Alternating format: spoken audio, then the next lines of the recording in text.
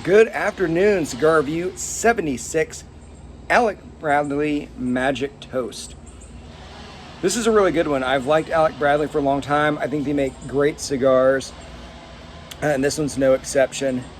There were some reviews that people wrote that I read where they said they didn't like it. They thought it was poorly made, didn't taste good. I didn't have that impression at all.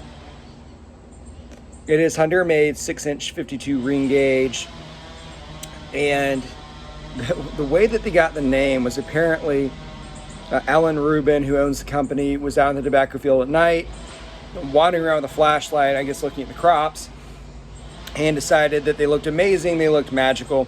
So he has someone go get a bottle of whiskey, and we crack open the whiskey and have a toast to the cigar.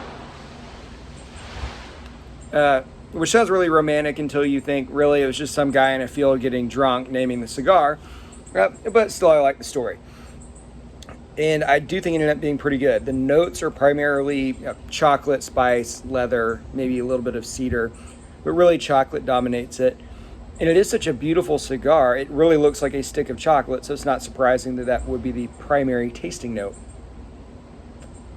And it's got a good bit of sweetness as well, which I really like. Some people don't like sweet cigars. I actually tend to prefer them. So that's the story behind it. The taste really is excellent. And as always, when I evaluate cigars, it is draw, burn, and taste, and then a little bit of looks. Draws really well. No problems there. Burns a little bit unevenly. That's what someone else said in a review.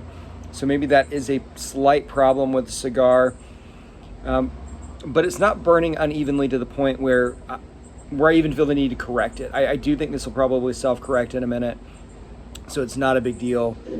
And the taste is excellent. It is a great tasting cigar. My one issue with it, and it's a really minor one, the label, which is beautiful, is so high up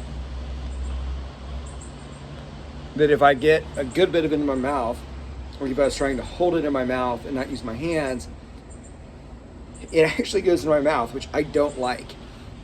Now, what I will do is I will end up taking the label off, as soon as I think that the glue has loosened up.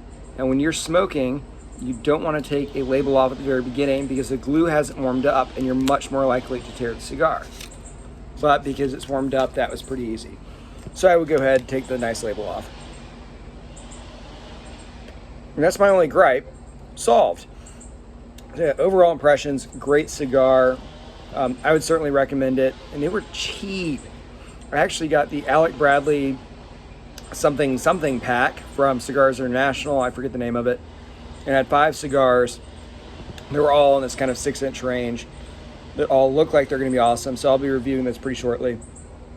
But yeah, that's it. It's a really good cigar. And it is pretty strong.